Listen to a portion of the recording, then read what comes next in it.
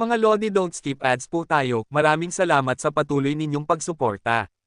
Paki-like and share naman dyan mga Lodi.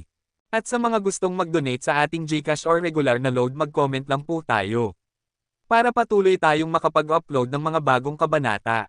Marami pong salamat. Subaybayan natin ang kwento ng isang kabataang nangarap para sa kanyang mga mahal sa buhay. Mula sa pinakamahina tungo sa pinakamalakas. Alamin natin ang kwento ng kanyang buhay. Kabanata 1681 hanggang Kabanata 1690. Kabanata 1681. Sa loob ng banyo, tiningnan ni Hansen ang kanyang sarili sa salamin. Walang damit pang itaas siya, sinusuri ang kanyang likod. Nang matulog si Hansen noong nakaraang gabi, sinabi sa kanya ni Jianran na may marka siya sa kanyang likod. Nang suriin ito ni Hansen, napansin niyang ang buong likod niya ay may pulang tato. Ang tato sa kanyang likod ay parang pusa, ngunit hindi pusa. Parang sorrow, ngunit hindi sorrow. Kulay pula ito. Ito ang 9 Life Cat. Bakit may tato? Dahil ba sa 9 Life Cat pendant? Maingat na sinuri ni Hansen ang tato sa kanyang likod. Ngunit wala siyang napansin na espesyal dito. Talagang mukhang tato lang ito at wala nang iba. Hindi masabi ni Hansen kung ano ito, o kung nakakasama ba ito sa kanyang katawan. Hindi niya ito pinansin, isinuot muli ang kanyang damit, at lumabas ng banyo. Nasa sala si Stay Up Late. Nang makita niyang lumabas si Hansen, nagsalin siya ng tsaa para sa kanya at tiningnan siya mula ulo hanggang paa. Curious siya kung paano na itayo muli si Hansen sa kabila ng pagpasok sa isang God's door na ipinatawag ng ibang tao. Umupo si Hansen sa sofa. Gusto rin niyang magtanong kay Stay Up Late ng isang bagay. Tinanggap ni Hansen ang tsaa at tinanong si Stay Up Late, matagumpay akong umakyat ngunit hindi ako nakagawa ng Geno Armor. Walang mga nilalang dito na magagamit ko upang makakuha ng mga Jin, alinman. Paano ko eksaktong makukuha ang Geno Armor? Nag-isip si Stay Up Late tungkol dito ng ilang sandali, at pagkatapos ay sinabi, hindi ka maaaring humiram ng kapangyarihan mula sa labas. Ikaw lang ang mag-isa. Matapos malinis at may tayo muli, ang iyong katawan ay parang isang hindi pa nabubuksang dibdib. Kailangan mong sanayin ang iyong mga Jin upang palagwin ang iyong katawan.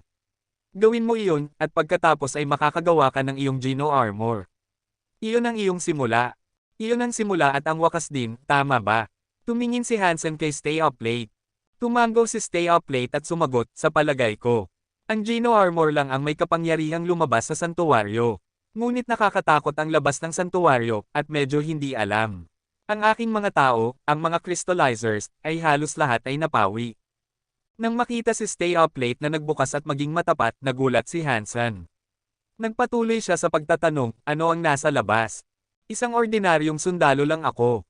Hindi ako masyadong nakakaalam tungkol sa labas ng mundo. Kung gusto mong malaman, tingnan mo ng personal. Walang saysay ang pagtatanong sa akin. Nagpause si Stay Up Late ng ilang sandali, at pagkatapos ay nagpatuloy sa pagtatanong, paano ka umakyat sa pamamagitan ng landas ng ibang tao? Dapat imposibleng tumugma ang mga kapangyarihan ng ibang tao sa pagtatayo muli sa iyong katawan. Nang mabulok ang aking katawan, nangyari lang ito. Ang mga kapangyarihan ng pagtatayo muli ay hindi nagtayo muli ng aking katawan, at talagang nakasama sa aking mga Geno core at molekula. Ngunit pagkatapos, parang nagbago lang ang isang bagay. Hindi ko masyadong sigurado kung ano ang nangyari. Hindi ganap na nagsasabi ng totoo si Hansen. Kumunat ang noo ni Stay Up Late, at pagkatapos ay sinabi, hindi pa ako nakakarinig ng ganito dati. Ang pagtatayo muli ng iyong sariling katawan mula sa kapangyarihan ng ibang tao sa pagtatayo muli ay makakaapekto sa iyo. Kung ito ay para sa ikabubuti o ikasasama, hindi ko matukoy. Kung hindi ka tutol, dapat kang magsagawa ng isang buong pagsusuri sa katawan upang malaman ko ng eksakto kung ano ang nangyayari. Sige, pumayag si Hansen dito. Gusto niyang malaman kung ano ang ginagawa ng kanyang katawan, at gusto niyang malaman kung malakas siya sa paningin ng isang crystallizer. Matapos isagawa ang mga pagsusuri, nalaman na bumaba ang fitness ni Hansen. Ang kanyang lakas at bilis ay 10,000 na lang ngayon. Maganda ba ito para sa isang crystallizer? Tanong ni Hansen, nakatingin kay Stay Up Late. Tumingin pabalik si Stay Up Late kay Hansen ng may komplikadong ekspresyon at sinabi, para sa isang bata, maganda ito. Lumubog ang puso ni Hansen. Matapos ang lahat ng mga taong iyon, maihahambing lang siya ni Stay Up Late sa isang bata. Nakakalungkot iyon. Hindi alam ni Hansen na talagang nagulat si Stay Up Late. Ang mga santuwaryo ay parang isang incubator para sa mga crystallizers. Ang mga nilalang na umakyat sa Alliance ay mga sanggol lamang sa mga crystallizers. Matapos silang maitayo muli, maaari silang lumaki mula roon. Ang fitness ni Hansen ay mas mahusay kaysa sa isang sanggol na crystallizer, ngunit hindi tiyak kung saan siya pupunta mula rito. Kung mabilis siyang lumaki, at pagkatapos niyang magawa ang kanyang Geno Armor, tiyak na mas nakakatakot si Hansen kaysa sa isang crystallizer. Habang papalabas siya sa silid ng pagsusuri, isang gintong leon na aso ang lumapit sa kanya. Ang buntot nito ay kumakaway.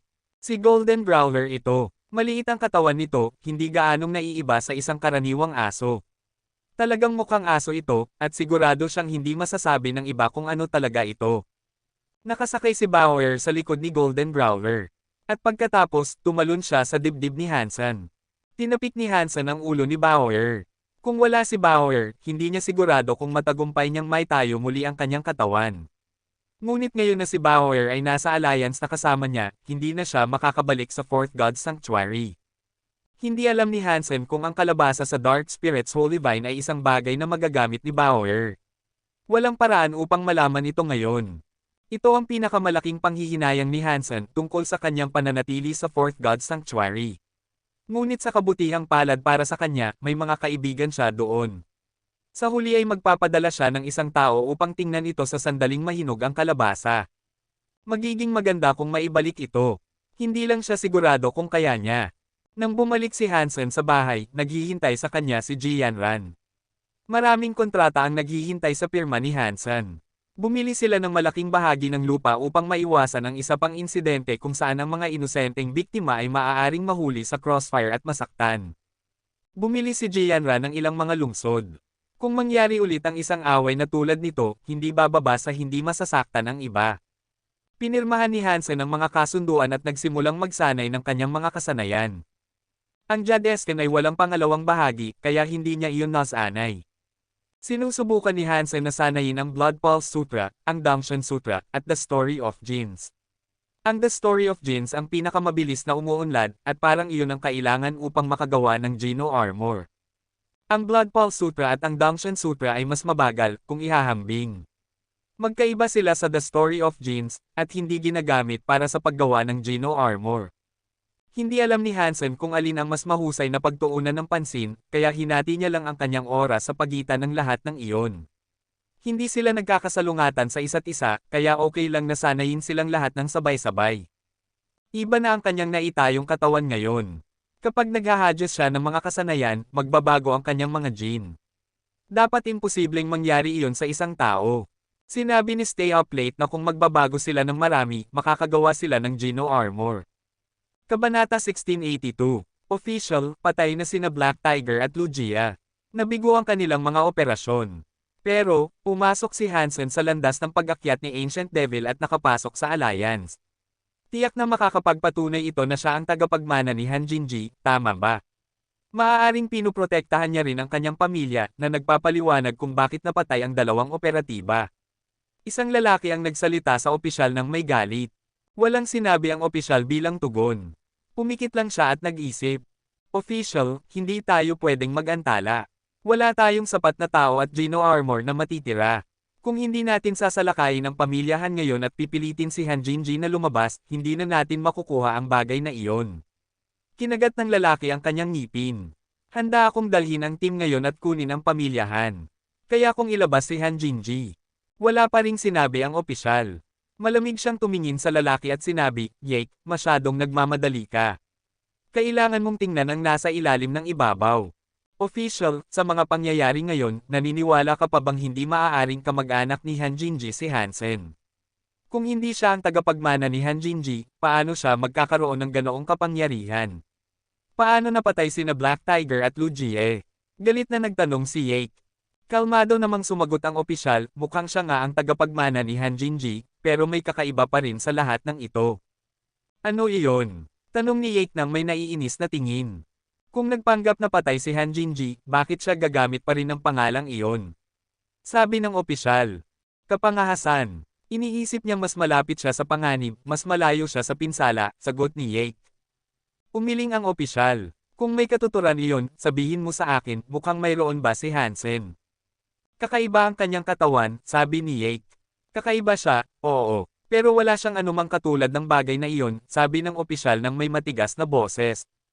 Marahil gumamit ng isang trick si Han Jinji upang itago ang bagay na iyon, patuloy na nagtalo si Yake. Bumantong hininga ang opisyal. Yake, alam mo kung gaano kadelikado ang ating sitwasyon. Kung si Hansen ay hindi tagapagmana ni Han Jinji, malaking tulong siya sa atin. Mas mabuti siyang buhay. Imposibleng mangyari. Siya ang tagapagmana ni Han Jinji. At kung hindi ka gagawa ng anumang bagay tungkol dito, gagawin ko ito ng mag-isa. Kakatapos lang niyang umakyat, kaya nasa pinakamahina niyang estado siya ngayon. Madali natin siyang makuha. Tiyak na nagsalita si Yake. Kumunat ang noo ng opisyal. Nakalimutan mo na ba ang pagkamatay ni na Black Tiger at Lu Jie? Kahit na mahina siya, may nagpoprotekta sa kanya. Sasama ako kay Rudy. Kung lumitaw si Han Jinji, papatayin ko siya at kukunin ko ito, galit na sabi ni Yake. Dapat tayong maghintay. Dapat nating alamin muna kung ano ang kaugnayan ni Hansen kay Han Jinji, sabi ng opisyal. Binagsak ni Yake ang mesa at sinabi, "Official, nagbayad na tayo ng malaking halaga. Nawala na sina Snake Witch, Black Tiger, Lu Jie, at 2 Geno Armor. Hindi ko hahayaang mangyari ang isa pang walang kabuluhang sakripisyo na tulad nito. Aalisin ko ang pamilyahan, kahit anong mangyari." Pagkatapos noon, umalis si Yake sa bulwagan. Wala nang sinabi ang opisyal. Pinanood lang niyang umalis si Yake. Hawak ni Hansen si Little Flower sa tuktok ng hardin, nagbabad sa araw. Pinag-aaralan ni Little Angel ang Skynet para sa lahat ng uri ng impormasyon. Parang tunay na tao na si Little Angel ngayon na nabigyan siya ng katawan, at interesado siyang makipag-ugnayan sa mga aktibidad na nauugnay sa Skynet. Nanood siya ng maraming palabas sa TV at naglaro ng maraming video game. Hindi siya interesado sa tunay, wastong kaalaman. Ang mga laro at telebisyon lang ang nakakuha ng kanyang atensyon. Nanood siya ng palabas sa TV sa kasalukuyan, habang naglalaro rin ng God's Hand. Kailangan lang niya ng isang kamay upang talunin ang isang hardcore player. Nakahiga si Golden Growler sa isang upuan sa tabi ni Hansen. Habang nagpapahinga, umiinom siya mula sa 4 na magkakahiwalay na baso ng sabay-sabay. Ang isang dayami ay tumatakbo mula sa bawat isa patungo sa kanyang bibig. Naka-sunglasses din siya. Ang gintong buhok ay mukhang partikular na maganda sa araw na iyon. Sina Bauer at Zero ay sumama kay Jianran sa ilang mga errands. Natatakot si Hansen na maaaring nasa panganib si Jianran kung naiwan siyang mag-isa, kaya pinayagan niyang sumama si Bauer sa kanya. Tiwala na siya sa kanyang lakas ngayon. Sumandal si Hansen at tumingin sa malayo. Nakita niya ang isang tao na lumapag sa tuktok ng isang tore ng gusali na pag-aari niya. "Blind man, tama ang iyong tiyempo. Hinahanap kita." Nagulat si Hansen, hindi inaasahang hahanapin siya ni Blind man sa ganoong paraan. Hindi ito ang kanyang karaniwang paraan ng pagkilos, pero okay lang. Sa ngayon, talagang gusto ni Hansen na makita si Han Yufei. Kailangan niyang ipaalam sa kanya ang mga kahihinatnan ng paggawa ng Geno Armor. "Mamaya, makinig ka muna sa akin." Seryosong tumingin si Blind man. "Sige, sige." Tumanggo si Hansen. Hindi nagpaligoy-ligoy si Blind man at diretso siyang pumasok sa paksa. Sinabi niya, napagpasyahan ng God's Organization na alisin ka ng tuluyan. Maraming mga elit ang darating, at gayon din ang iyong ama. Ano ang sinabi niya? Tanong ni Hansen. Ngayon na narito ka, hindi ka na makakabalik sa santuwaryo. Kailangan mong lumaban. Umaasa siyang sapat kang handa, at hinihiling na ipadala mo ang iyong ina at si Little Yan upang magtago sa santuwaryo. Nagmumukhang nagsisisi si Blind man habang nagsasalita. Alam ni Hansen ang ibig sabihin ng lahat ng ito. Hindi kumbinsido si Han Yufei na kahit siya ay manalo sa laban na darating. Ito ang pinakamagandang plano na naisip niya. Ilang elit ang mayroon sila. Ilang Geno Armor. Nakakagulat na optimista si Hansen. Maaaring mahina si Hansen, pero mayroon siyang sariling Geno Armor. Kasama sina Little Angel, Golden Growler, at Bauer sa kanyang tabi, ang 4 na Geno Armor sa kabuuan ay magiging isang puwersa na dapat pakitunguhan. Bukod dito, naroon si Stay Up Late, at nakatira siya kasama si Hansen. At madalas siyang nagbabantay sa kanya. Walang duda si Hansen na tutulong ang Crystallizer kung magkakaroon ng away. Humingi ng tulong ang God's Organization sa new community. Hindi natin alam kung gaano karaming tao o Geno Armor ang mayroon sila, pero pagkatapos ng huling pagkakataon, tinataya natin na magdadala sila ng hindi bababa sa 3. Malungkot na tumingin si Blind man. Kabanata 1683. Sabihin mo sa aking ama na huwag mag-alala kapag bumalik ka. Aasikasuhin ko ito. Pagkatapos noon, lumapit si Hansen kay Blindman at tahimik na nagsabi, may isang bagay din na kailangan kong sabihin sa aking ama. Sabihin mo sa kanya na huwag gumawa ng Geno Armor, at kung maaari, pumunta at makipagkita sa akin. May isang mahalagang bagay na gusto kong sabihin sa kanya. Sige, sasabihin ko sa kanya. Babalik ako at maghahanda. Gaya ng inaasahan, puputulan natin ang lahat ng ugnayan sa God's Organization. Tumingin si Blindman at umalis. Hindi pinigilan ni Hansen ang pag-alis ng lalaki. Alam niyang mabilis na nakarating dito si Blindman at mahahanap siya kung matagal siyang manatili. Walang saysay sa kanyang pananatili, at mas mahalaga para sa kanya na pumunta at makita si Han Yufei. Matapos umalis si Blindman, nagpatuloy si Hansen sa pagsasanay ng The Story of Genes. Iyon ay dahil ang The Story of Genes ang pinakamabilis na matutunan, at makakatulong ito sa kanya na palakasin ang kanyang puting kristal na armor. Ang mga normal na elite ng Geno Armor sa Alliance ay gumagamit ng Geno Armor ng ibang tao, at dahil dito, hindi nila magagamit ang buong lawak ng kanilang kapangyarihan. Hindi nagamit ng buo ni Natina, Snake Witch, at Black Tiger ang kapangyarihan ng Geno Armor dahil hindi ito sa kanila. Hindi ito ganap na na-assimilate sa kanila. Sa pinakamarami, nakagamit lang sila ng kalahati ng maaaring makamit ng mga armor set.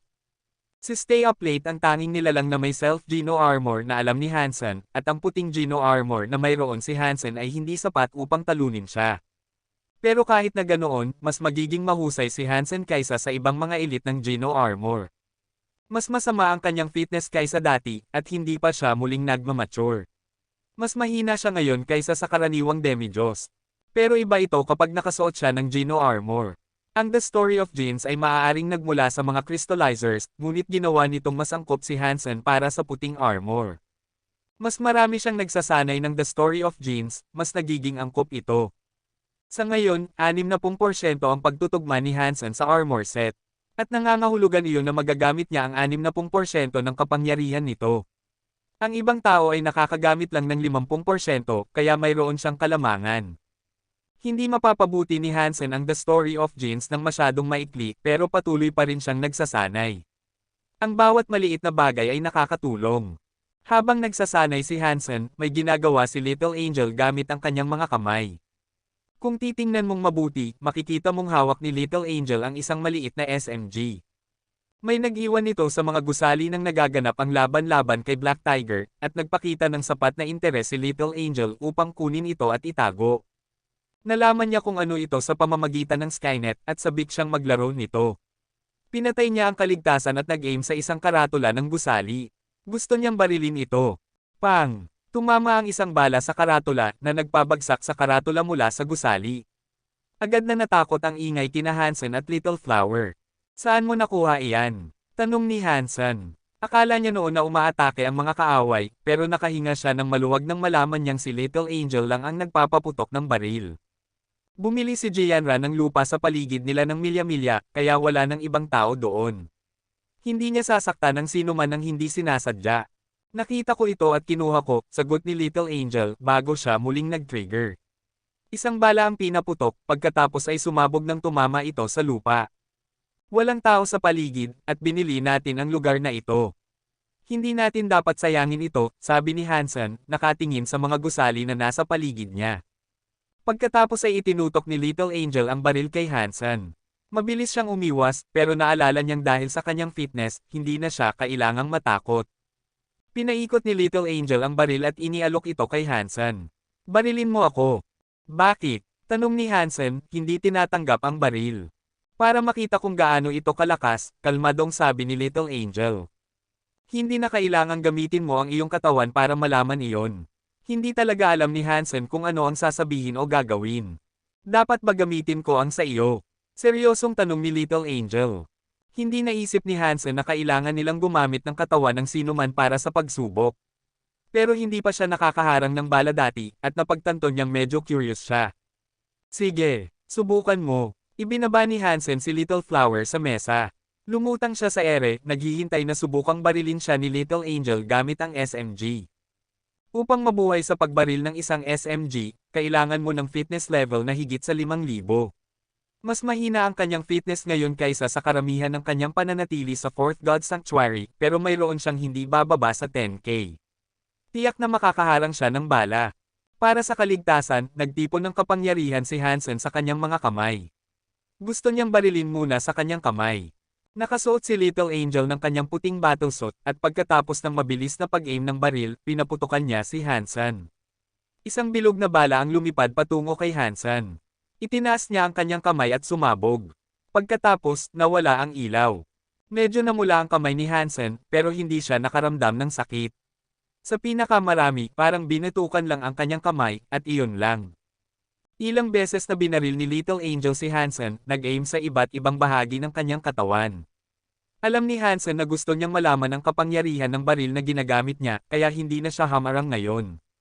Hinayaan lang niyang tamaan siya ng mga bala. Pero hindi sapat ang mga bala upang masira ang kanyang katawan, at higit sa lahat parang kinikiliti lang siya. Nadismaya si Little Angel sa kapangyarihan, kaya itinapon na lang niya ang baril. Habang sinabi ng Skynet na maganda ito ay isang laruan na baril lamang para sa isang taong tulad niya.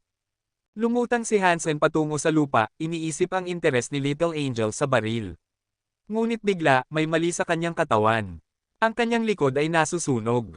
Nagbago ang mukha ni Hansen. Tiningnan niya ang kanyang likod at nakita na nasusunog ang kanyang 9 life cat tattoo. Isang pulang ilaw ang sumilay mula sa kanyang likod, hindi nahahadlangan ng mga damit na suot niya. Ano iyon? Kumunat ang noo ni Hansen. Boom! Sa susunod na segundo, lumakas ang ilaw hanggang sa ang kanyang mga damit ay naging mga piraso lang. Ang tattoo sa kanyang likod ay parang isang umiikot na itim na vortex. Ngunit bago pa siya makatugon, hinigop siya ng pagsipsip papasok. Kabanata 1684. Bang! Malakas na tumama si Hansen sa lupa, nag-aalburuto na parang mababali ang kanyang mga buto. Sigurado siyang naging mas malambot ang komposisyon ng kanyang katawan. Naglagay siya ng isang kamay sa sahig upang makatayo at napansin niyang nakahiga siya sa isang napakamalambot na bagay. Nagulat siya, narinig niya ang isang sigaw, at tumalon siya at lumayo sa ingay. Ikaw pala, sabay na nagsalita si Hansen at isa pang boses. Tumingin si Hansen sa sahig. May isang pulang, parang sorrow na pusa na nakatayo doon. Ito ang 9 life cat. Hindi na nakita ni Hansen ang 9 life cat mula nang umalis siya noong nakaraang pagkakataon. Hindi inaasahan ni Hansen na makikita niya itong muli, lalo na sa ganitong mga kalagayan. Imposibleng mangyari. Ang 9 life cat ay dapat nasa Fourth God Sanctuary. Umakyat na ako sa Alliance, kaya bakit nakikita ko ito dito? Umakyat din ba ito? Tumingin sa kanya ang 9 life cat nang may pagkagulat at pagkalito. Bakit ka narito? Muli, sabay nilang sinabi ang parehong linya sa eksaktong parehong oras. Tinuro ni Hansen ang 9 life cat tattoo sa kanyang likod at sinabi, ito ang nagdala sa akin dito, sa palagay ko. Tumingin ang 9 life cat kay Hansen, pero hindi nito makita ang tattoo na tinutukoy niya. Tumingin si Hansen upang makita ng pusa ang tattoo. Mas lalong lumalim ang pagkagulat sa mukha ng 9 life cat. Masama ba ito? Nag-aalalang tanong ni Hansen. Lumapit ang 9 life cat kay Hansen at sinuri ang kanyang tattoo. Pagkatapos, tumalon ito sa kanyang balikat, hinahaplos ang tattoo. Ano ba ito? Magsalita ka. Hinihingi ni Hansen ang sagot ng manahimik ang 9 life cat. Tumalon ang 9 life cat mula sa balikat ni Hansen at pagkatapos ay tumalon sa ibabaw ng isang tablet, sinasabi, hindi ito masama. Pero kung lalabas ka, iisipin ng mga tao na bahagi ka ng 9 life cat. Lumabas saan? Tanong ni Hansen nang hindi iniisip. Pero pagkatapos ay napagtanto ni Hansen ang ibig sabihin ng pusa.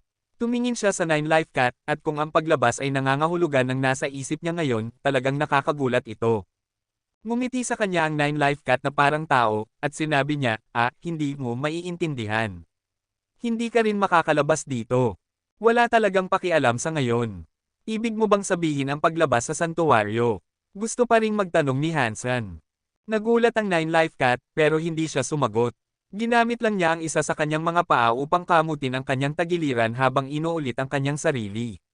Hindi ka rin makakalabas dito. Wala talagang pakialam sa ngayon. Para lang malaman ko, dapat mong sabihin sa akin. Gusto ni Hansen na suntukin ang pusa para masagot ang tanong. Tumawa ang 9 life cat at sinabi, wala itong gaanong kahulugan. Sinasabi ko lang na ang 9 life cat ay walang magandang reputasyon sa labas. Kung swerte kang makalabas, huwag mong hayaang makita ng iba ang iyong tattoo. Kung ikaw ay mapatay, huwag mo akong sisihin. Lumubog ang puso ni Hansen. Maaari ko ba itong tanggalin? Ikiniling ng Nine Life Cat ang kanyang ulo. Naisama na ito sa iyong katawan. Bahagi ka na nito. Talaga bang iniisip mong posible na tanggalin ang isang bagay na tulad nito? Sige, tigilan mo na ang kalokohan. Sigaw ni Hansen. Hindi iyon ang sagot na inaasahan niya. Busy ako, at nauubusan na ako ng oras at pasensya. Tumalon ang Nine Life Cat mula sa tablet at nagsimulang maglakad sa ibang direksyon. Napansin ni Hansen na parang nasa isang uri ng libingan sila. Ang tablet na kinauupuan ng Nine Life Cat ay isang lapida. Sa likod ng bato ay may isa pa, kalahating natatakpan ng mga damo. Nakakagulat, mas maliit ang libingan kaysa sa uri na maaari mong asahan na makita para sa isang tao. Tumingin siya sa lapida, pero hindi siya sigurado kung ano ang petsa nito. Ang lahat ng teksto sa ibabaw nito ay kumupas na. May ilang napakagaan na marka na nakikita, pero kung ano ang ibig sabihin nito, wala siyang ideya. Ano ang ginagawa mo? Sumunod ka sa akin. Tumingin pabalik ang Nine Life Cat kay Hansen nang may naiinis na tingin. Sinunod ni Hansen ang kanyang utos, at dumaan sila sa maraming mga lapida. Lahat sila ay nasa iba't ibang estado ng pagkabulok, kaya hindi siya makakaalam ng marami tungkol sa kanyang kinaroroonan. Ano ba ang lugar na ito? Isang uri ng lumang libingan. Tanong ni Hansen sa Nine Life Cat matapos maabutin ito. Ngumiti ang Nine Life Cat at sinabi, ito ang Fourth God Sanctuary. Hindi tayo nasa alliance. Iyon ang naisip ni Hansen, pero nang kumpirmahin ito, talagang nagulat siya. Imposibleng mangyari. Ito ang Fourth God Sanctuary. Akala ko pagkatapos mong pumunta sa alliance, hindi ka na pinapayagang bumalik. At bakit hindi nasasaktan ang aking katawan dahil narito ako? Ginamit ng Nine Life Cat ang kanyang mga kuko upang ituro ang bagong tato ni Hansen at tumawa. Gamit ang tato na ito, hindi lang ang Fourth God Sanctuary ang maaari mong balikan. Kung gusto mo, maaari kang tumalon pabalik sa First God Sanctuary. Bakit? Dahil ngayon ay bahagi ka na ng Nine Life Cat. Ano ba talaga ang Nine Life Cat? Tanong ni Hansen. Curious si Hansen tungkol dito.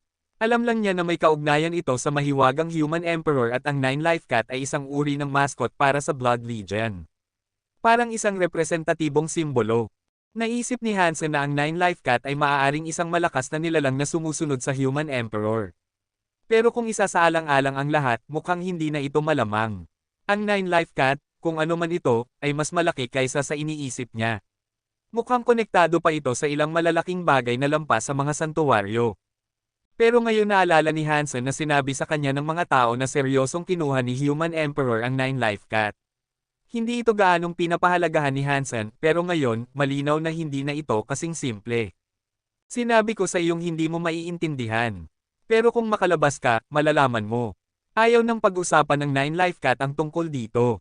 Gusto pang magtanong ni Hansen, pero biglang tumigil sa paggalaw ang Nine Life Cat. Nakita ni Hansen ang isang lapida na nagmamarka ng isang libingan. Katulad ito ng ibang mga tablet, bagaman, kung saan ang mga salita ay lahat ay kumupas na. Dahil narito ka, tulungan mo akong hukayin ang libingang ito. Tinuro ng Nine Life Cat ang maliit, natatakpan ng damo na lapida. Humuhukay tayo ng mga libingan ngayon. Nakakatakot ito, kaya mo namang gawin iyon ng mag-isa. Umiling si Hansen. Hindi alam ni Hansen kung ano ang gusto ng pusa, at may posibilidad na ilagay siya ng nilalang sa panganib. Ano man ang maaaring mangyari, hindi siya masyadong handang ipagsapalaran ito. Ikiniling ng Nine Life Cat ang kanyang ulo at tumalon sa ibabaw ng libingan.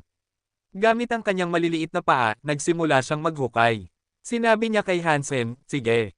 Hindi mo kailangang maghukay, pero tungkol sa espesyal na bagay na maaaring nasa ibaba, wala kang gagawin dito. Kabanata 1685. Ano ang hinuhukay mo? Nagtataka si Hansen. Alam niyang hindi niya maagaw ang anumang bagay mula sa Nine Life Cat, dahil ang 10,000 fitness ay hindi gaanong malaki sa Fourth God Sanctuary. Hindi magagamit ni Hansen ang kanyang Geno Armor sa mga santuwaryo, kaya alam niyang hindi niya matatalo ang Nine Life Cat. Sa kabutihang palad, mayroon pa rin siyang Destiny's Tower, at nangangahulugan iyon na hindi siya natatakot.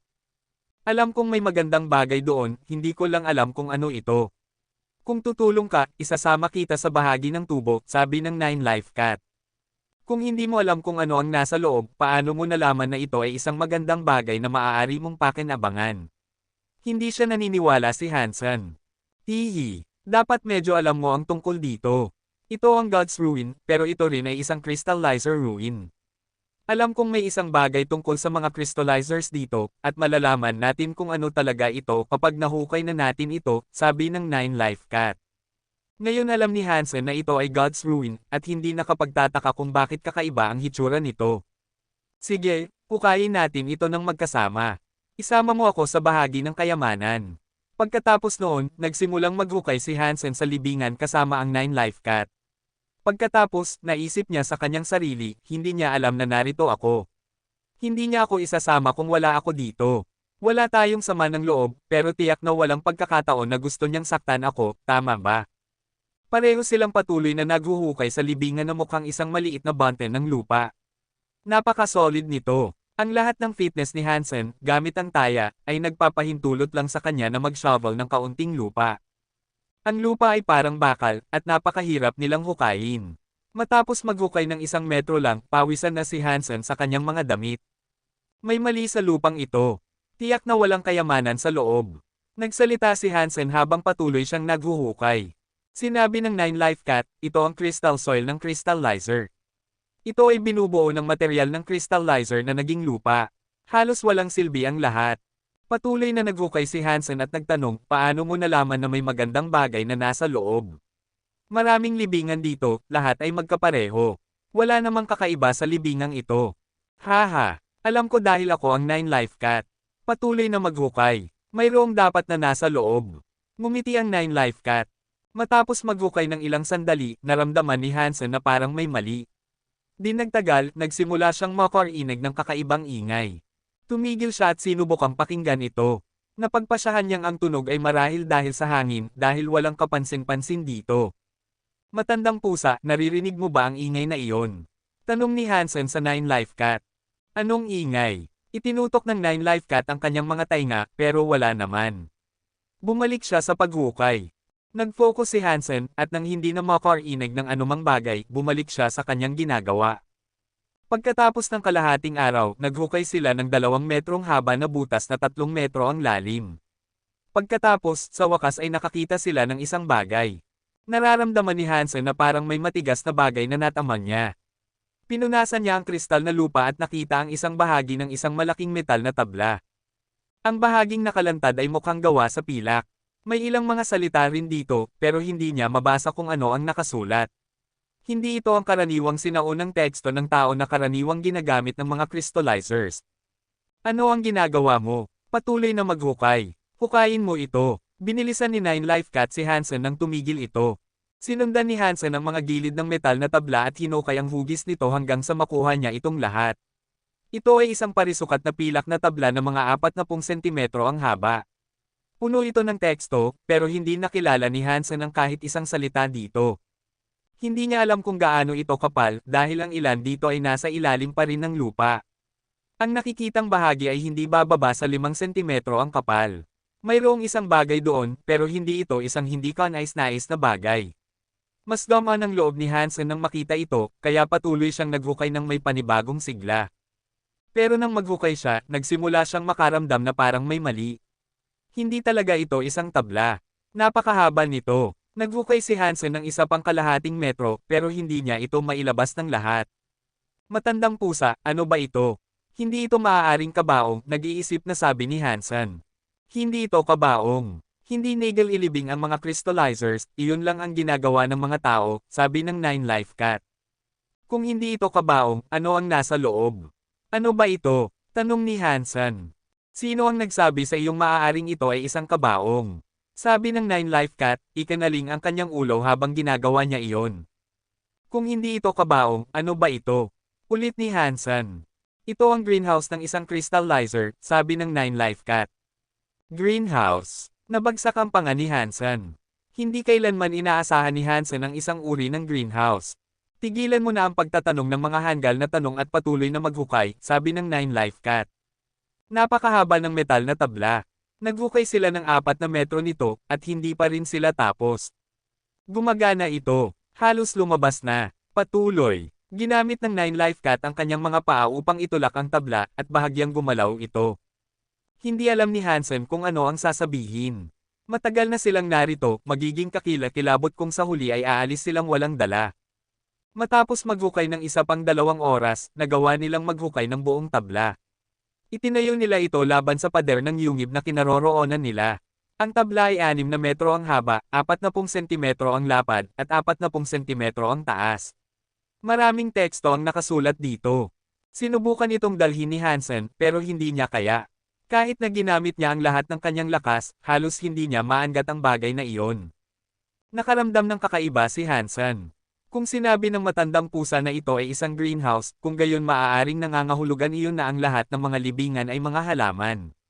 Dapat sana ay naghuhukay sila ng mga binhi, hindi ng isang higanteng metal na tabla, tama ba? Pero bago pa makuha ni Hansen ang mga sagot, kailangan nilang ilabas ito ni Old Cat sa butas.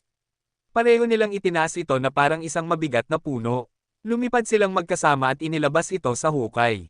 Sa wakas ay lumabas na. Matapos silang lumipad palabas ng butas, ibinagsak ni na Hansen at Old Cat ito pabalik sa lupa. Matapos panasa ng pawis sa kanyang noo, nagulat si Hansen nang makita ang nasa harap niya. Sa ilang kadahilanan, maraming pares ng mga mata ang nakatingin pabalik sa kanila. Kabanata 1686, napaliligiran ako, naisip ni Hansen. Sa paligid nila, maraming nakakatakot na mga mata ang nakatingin sa kanila. Ang mga may-ari ng mga mata ay 4 na nilalang na nakasuot ng armor. O marahil ang armor mismo ang buhay at nakatingin sa kanila ng may galit. Nakikita lang ni Hansen ang armor at ang kumikinang na mga mata. Nakita rin niya ang kulay pula, pero hindi niya sigurado kung iyon ay isang bagay na pag-aari ng mga nilalang na iyon. Ang mga set ng armor ay parang bakal, pero kalaw-angin na. Mukhang bagong hukay din ang mga ito.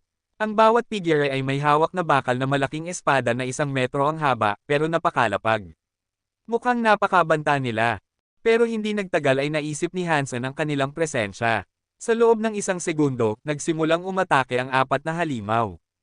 Ang kanilang bilis ay parang sa isang demi-Diyos.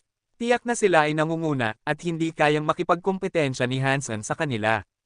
Ginamit ni Hansen ang kanyang dongtion movement para gumalaw ng hindi matatag, parang isang umuugoy na isda, upang maiwasan ang unang pag-atake.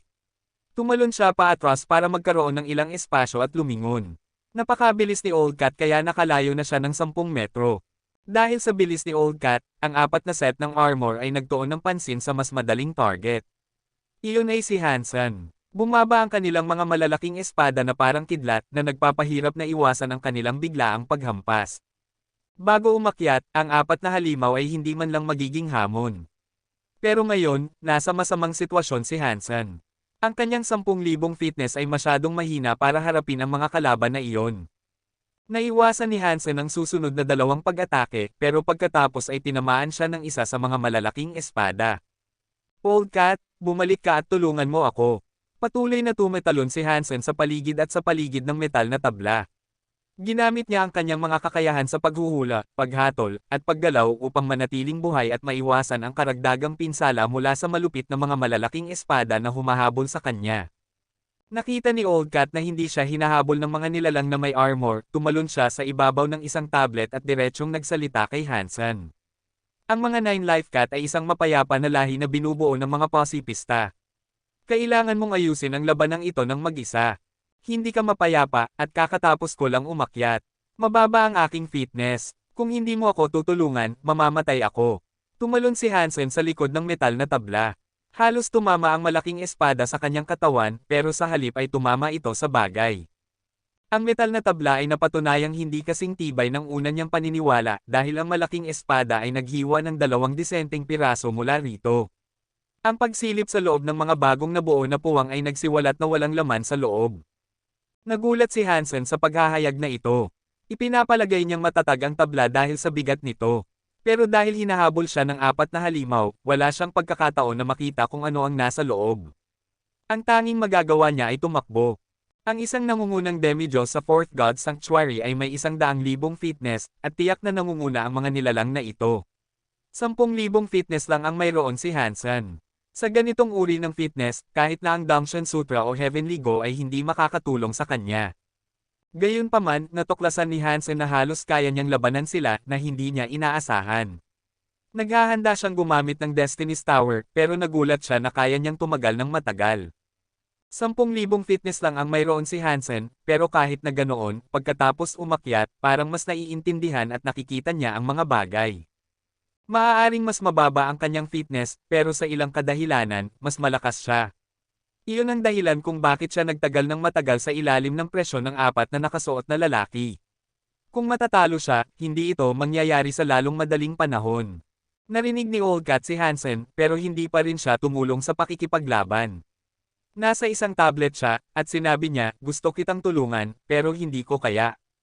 Isang mapayapa akong nilalang. Wala akong masamang buto sa aking katawan.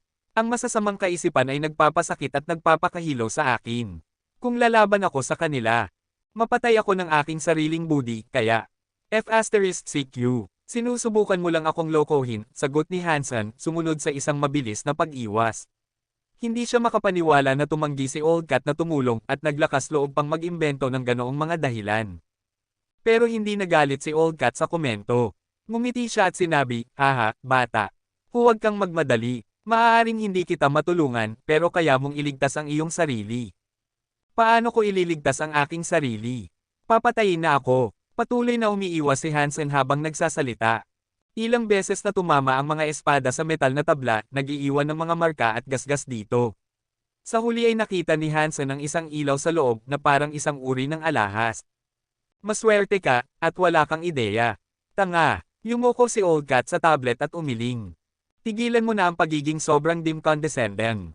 Mas gugustuhin kong mamatay kaysa makinig sa anumang karagdagang bullshit mo. Galit na nagsalita si Hansen. Hindi ginamit ni Hansen ang Destiny's Tower dahil gusto niyang makita kung sinasadya siyang niloloko ni Old Cat. Umiling si Old Cat at sinabi, tanga ka. Akala ko may Geno armor ka. Kung hindi ka nakakalaban, bakit hindi mo ito gamitin? Gagamitin ko ito kung kaya ko. Ito ang Fourth God Sanctuary, hindi ito gagana, kahit nasuot ko ito nang pumasok ako dito. Sigaw ni Hansen. Sino ang nagsabing hindi mo ito magagamit sa Fourth God Sanctuary? Ikiniling ni Old Cat ang kanyang ulo. Maraming beses ko nang sinubukan. Kung kaya kong isuot ito dito, maraming beses na akong naging hari ng lugar na ito. Makakapagligtas ito ng maraming problema, sigaw ni Hansen. Seryosong nagsalita si Old Cat. Iyon ay dati. Ngayon ay iba na ang mga bagay, may dugo ka ng 9 life cat. Magagamit mo ang iyong Geno armor. Talaga, nagulat si Hansen, at hindi siya sigurado kung totoo ito. Ang eleganteng 9 life cat ay hindi nagsisinungaling. Tumingin si Old Cat kay Hansen ng may paghamak. Nagpa siya si Hansen na subukan ito. Naisip niyang i-summon ang kanyang puting Geno armor, at pagkatapos, ang Geno armor ay nagbalot sa kanyang buong katawan at isang phantom power ang nagpuno sa kanya ng sigla. Talaga bang kaya ko? Nagulat si Hansen. Kabanata 1687. Nang sumugod muli ang isang malaking espada, hindi umiwas si Hansen. Inilahad niya ang kanyang braso na nakasuot ng Geno armor at sinalo ang bumabagsak na talam. Inilahad niya ang kanyang kabilang kamay at hinawakan ang isa pang papasok na malaking espada. Hinailan niya ang dalawang nilalang palapit sa pamamagitan ng kanilang mga armas, itinulak ang mga ito sa isa't isa. Ang napakalakas na puwersa ay nagpatag ng kanilang mga helmet. Kinuha ni Hansen ang dalawang malalaking espada, isa sa bawat kamay. Pagkatapos, inihampas niya ang mga ito ng sabay sa mga halimaw na papalapit sa kanya mula sa likuran. Tinamaan niya silang pareho, at pagkatapos ay itinanim ang mga ito sa lupa. Gusto ng mga halimaw na bumangon muli, pero tinapakan ni Hansen ang helmet ng isa at tuluyang dinurog ito. Super Creature Death Armor Swordsman na patay. Beast Soul nakakuha. Geno Core na basag. Ang laman ay hindi nakakain.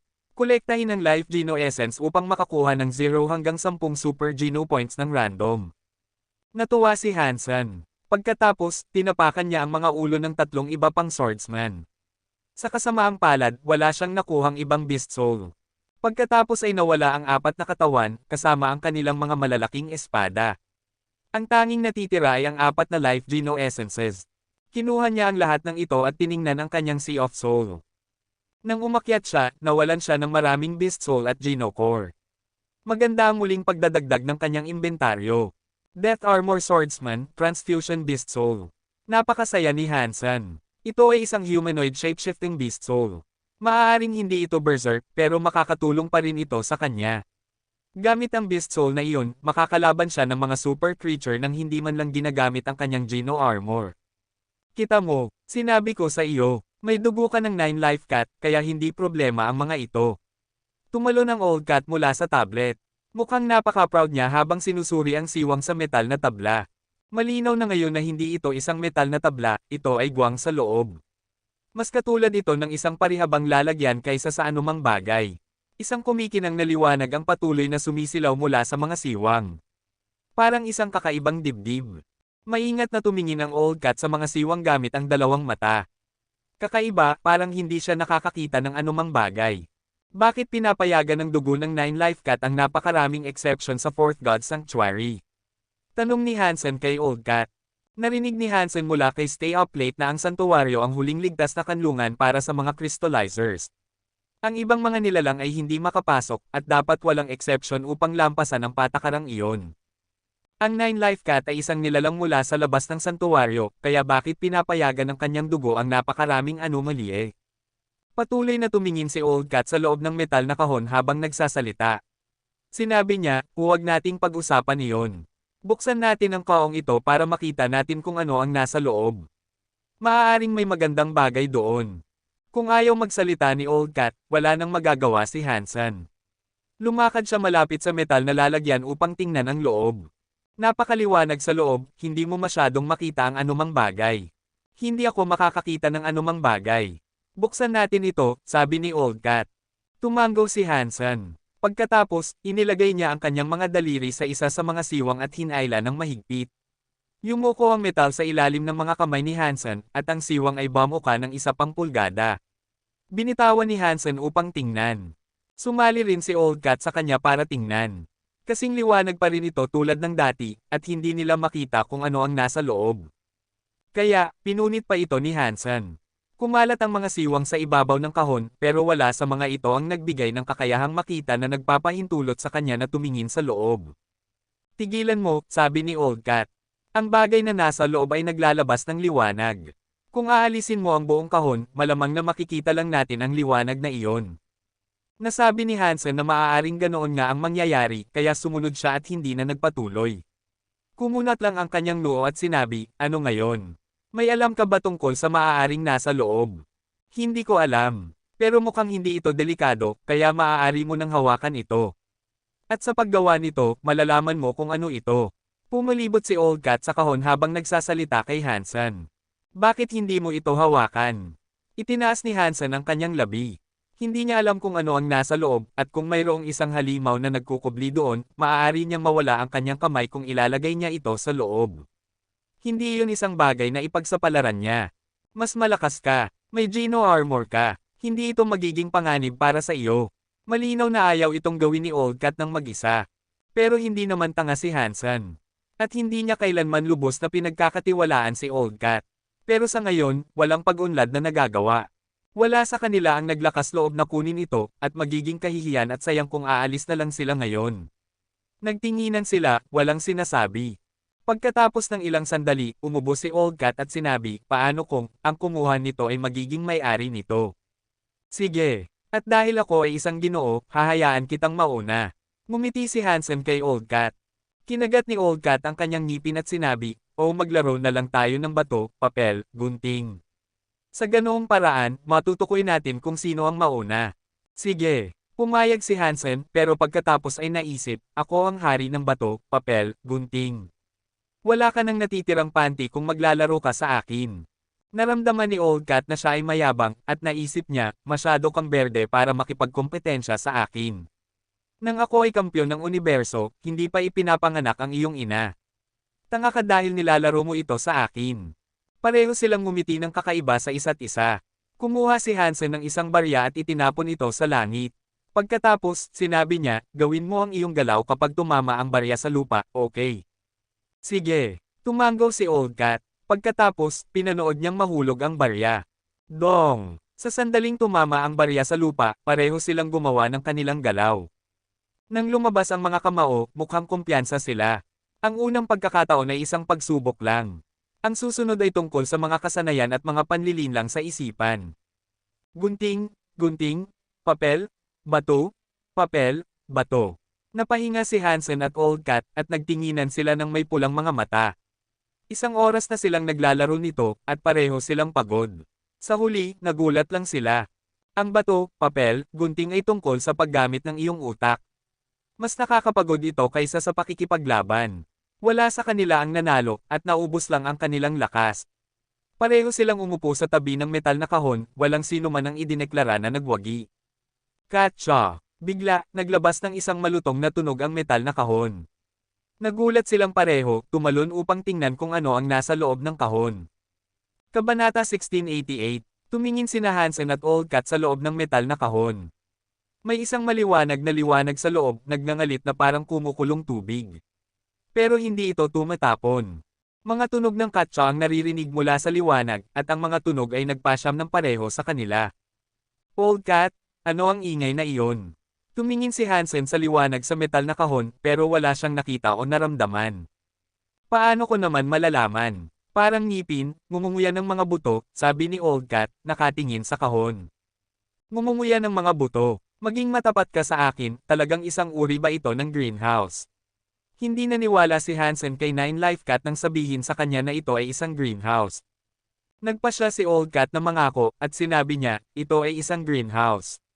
Hindi kita lolokohin. Kaya bakit parang kabaong ang hitsura nito? Sinasabi mong naririnig mo ang mga tunog ng pagkabali ng buto, kaya kung ang harding ito ay may mga buto, bakit may katuturan iyon? Tumingin si Hansen kay Old Cat. Nakaramdam ng pagkakasala si Old Cat, at bamulong, ito ay isang greenhouse. Hindi lang ito isang normal na greenhouse. Ano ang ibig mong sabihin? Ano ang hindi normal dito? Tanong ni Hansen. Alam ni Old Cat na kung hindi siya magpapaliwanag ng kaunti, patuloy na magtatanong si Hansen tungkol dito. Kaya, sinabi niya, nireserbo ko ito ng ilang sandali. Kung tama ako, ito ay isang royal greenhouse na pag-aari ng mga crystallizers. Isang royal greenhouse. Naisip ni Hansen na nagsisinungaling si Old Cat. Ang mga greenhouse ay nagtatanim ng mga gulay, hindi sila nagtatanim ng karne, at tiyak na hindi ng mga buto. Seryosong tumingin si Old Cat at sinabi, huwag mong maliitin ang mga greenhouse ng mga crystallizers. Ang mga bagay na itinatanim nila ay hindi limitado sa carrot at iba pang mga gulay. Parang alam mo kung ano ang aasahan. Tinitigan ni Hansen si Old Cat ng may puot. Umubo si Old Cat at sinabi, medyo alam ko lang. Ang metal na kaong ito ay isang lumalaking kahon ng crystallizer.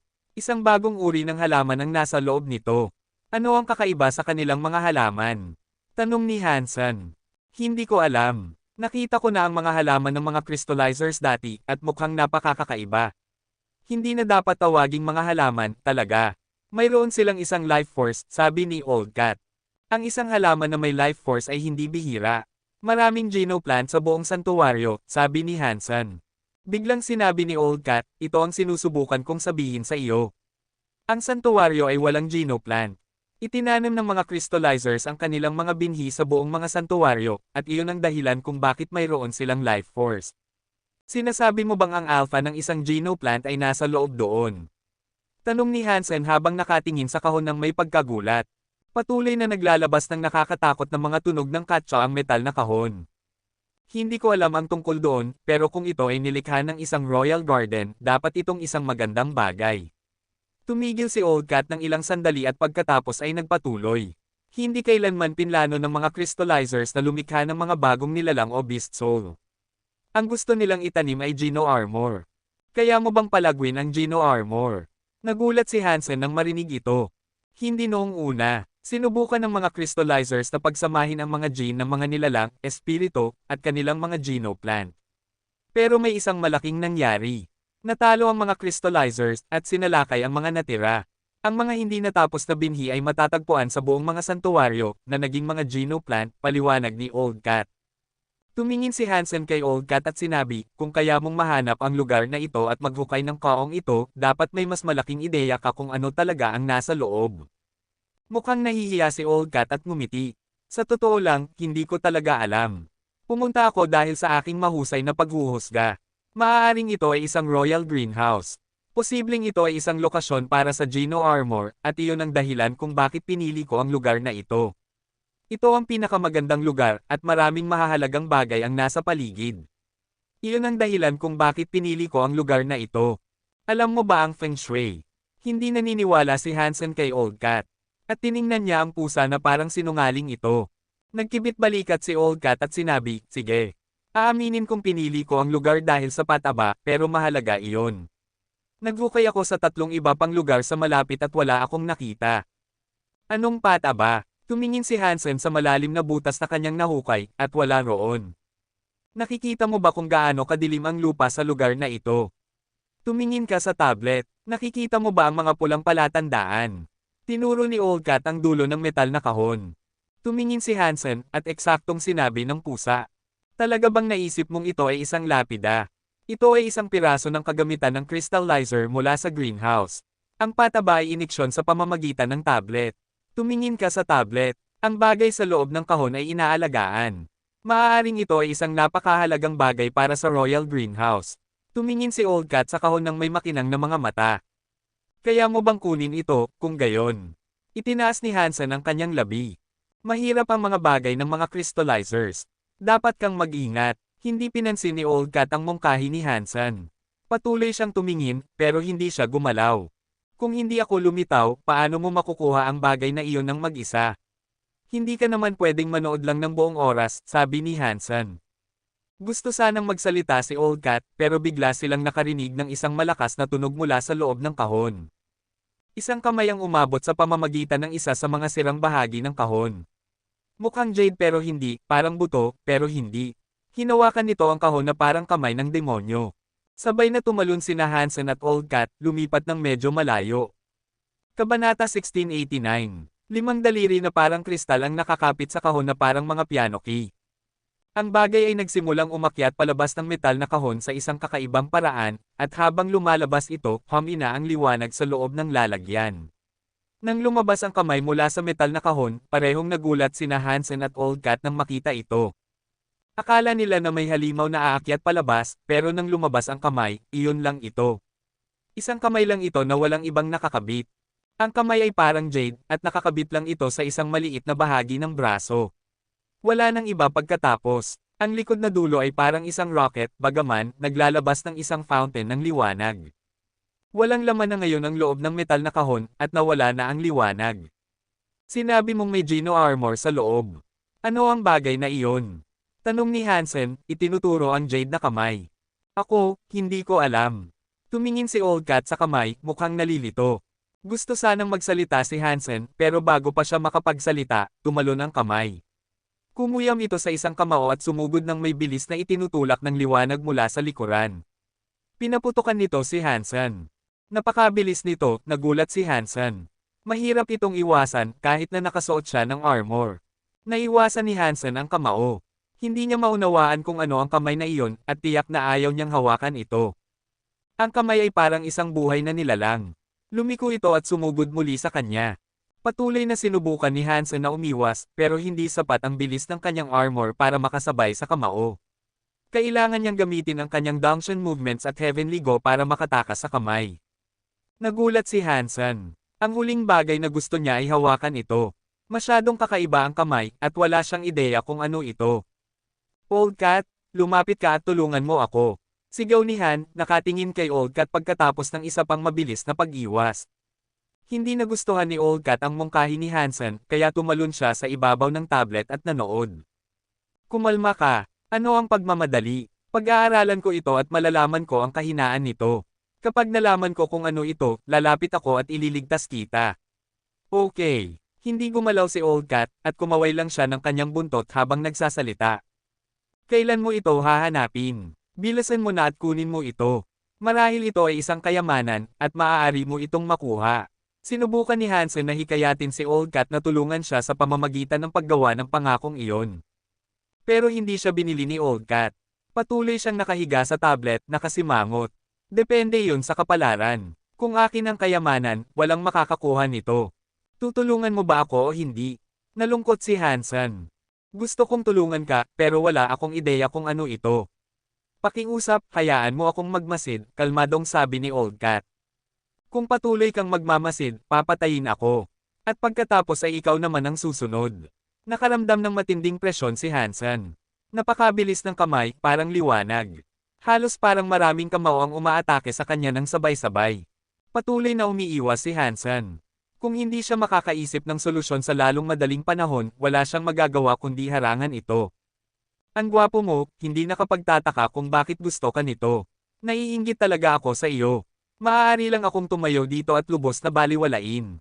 The asterisk man. Nakasimangot si Old Cat. Pwede kang pumunta sa impyerno, sabi ni Hansen, pagkatapos ay nagtipon ng lakas sa kanyang sariling kamao upang makipaglaban sa isa pa sa pamamagitan ng isang suntok. Masyadong mabilis na ngayon ang kamao, kaya hindi na niya ito maiwasan. Ang tanging magagawa niya ay subukang labanan ang anumang kapangyarihan na hawak ng kamao. Una, sinubukan ni Hansen na dalhin ang kamay sa posisyon ng pusa. Pero hindi interesado ang kamay sa pusa. Dumaan lang ito sa pusa, diretso kay Hansen. Tumingin si Old Cat kay Hansen at sa kamay. Hindi siya sumugod dahil gusto niyang makita kung gaano kalakas ang kamay. Tumama ang kamao ni Hansen sa kamay, at ginamit niya ang lahat ng lakas na kaya niyang mapalacom, kasama ang kaya ng Geno Armor.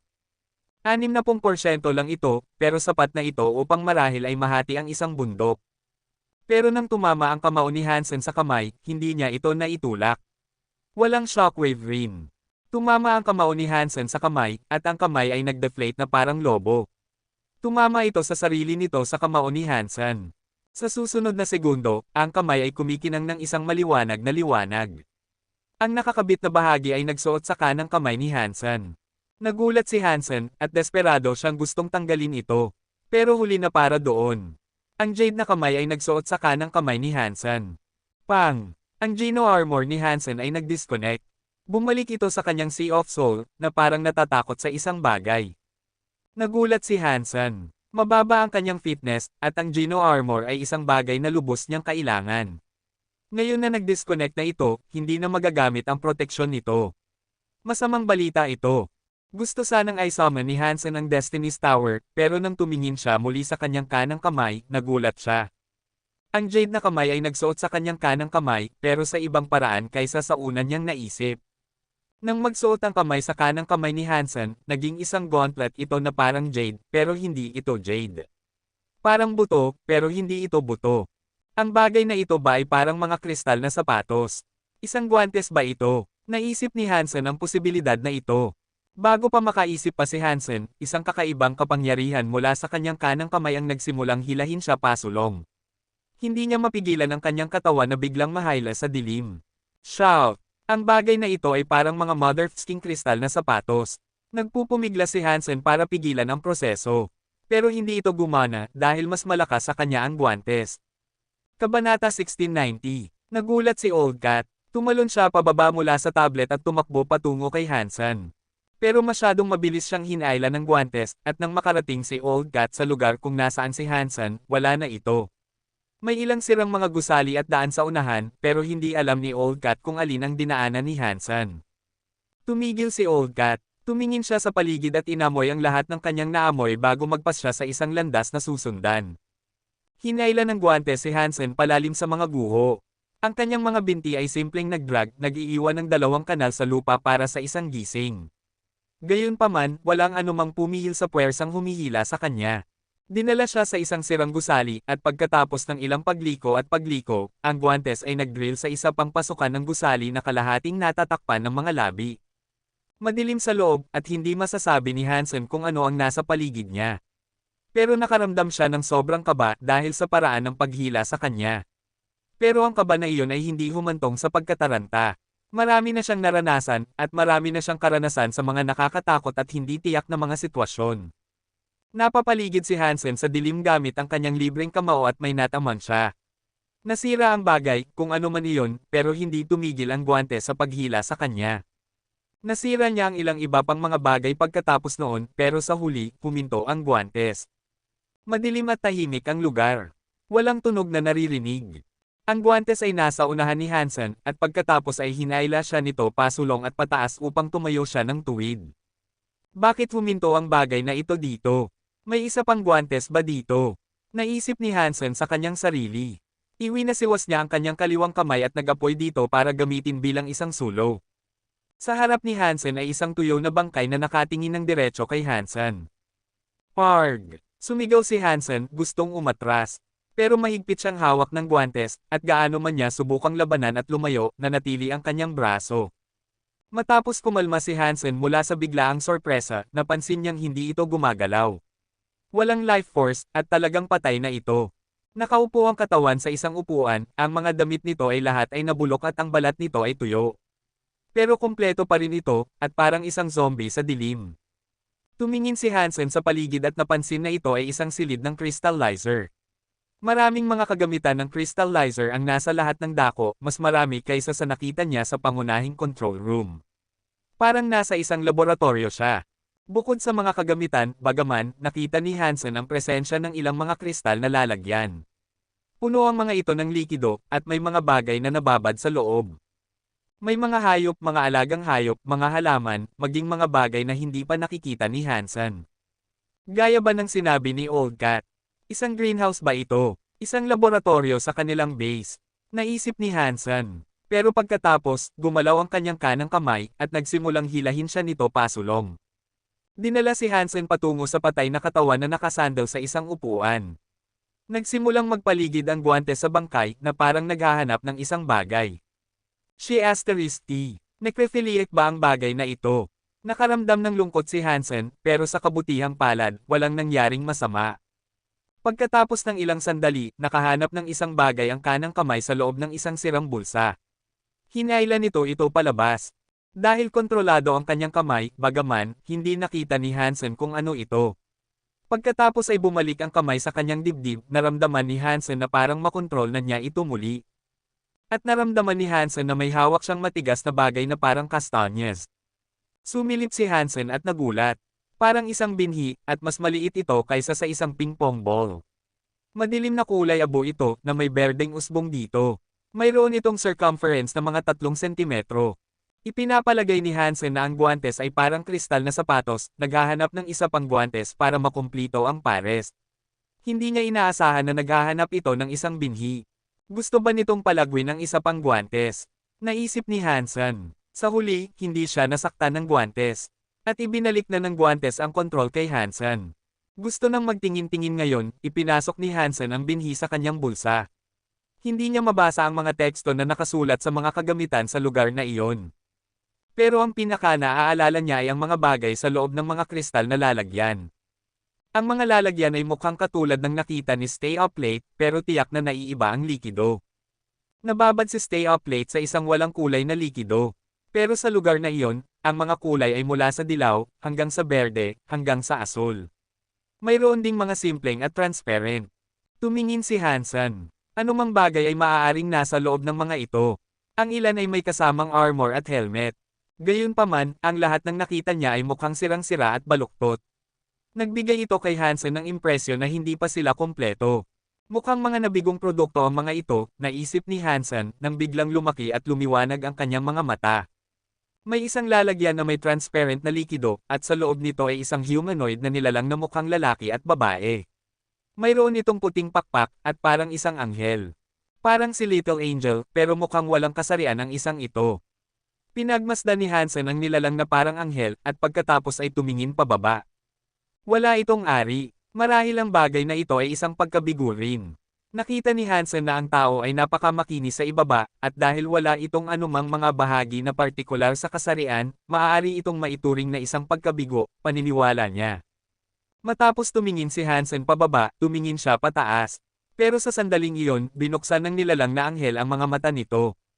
Bamukha ng malapad ang mga mata, pero mga pupil lang ang naroon.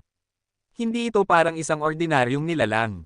Ang mga pulang pupil ay sumasakop sa buong mata, pero lumingon upang tumingin ng diretso kay Hansen. Nagulat si Hansen, kaya nagsimulang maglakad siya pabalik ng dahan-dahan. Sinundan siya ng mga pulang mata saan man siya magpunta. Ang ulo ay umikot na parang robot. Hindi ako pwedeng maging ganito kamalasan. Nalungkot si Hansen. Ang mga crystallizers ay gumagawa ng mga kakaibang bagay, at ang bagay na iyon sa loob ng lalagyan ay hindi mukhang masyadong palakaibigan. Lumitaw si Old Cat sa laboratorio, at nang makita niya ang anghel sa loob ng lalagyan, sumigaw siya kay Hansen. Tumakas. Isang feather ito. Hindi tumugon si Hansen. Ang nilalang na parang anghel ay sumabog sa lalagyan, at pagkatapos ay ang nakakatakot at magandang katawan ay sumugod upang hawakan siya.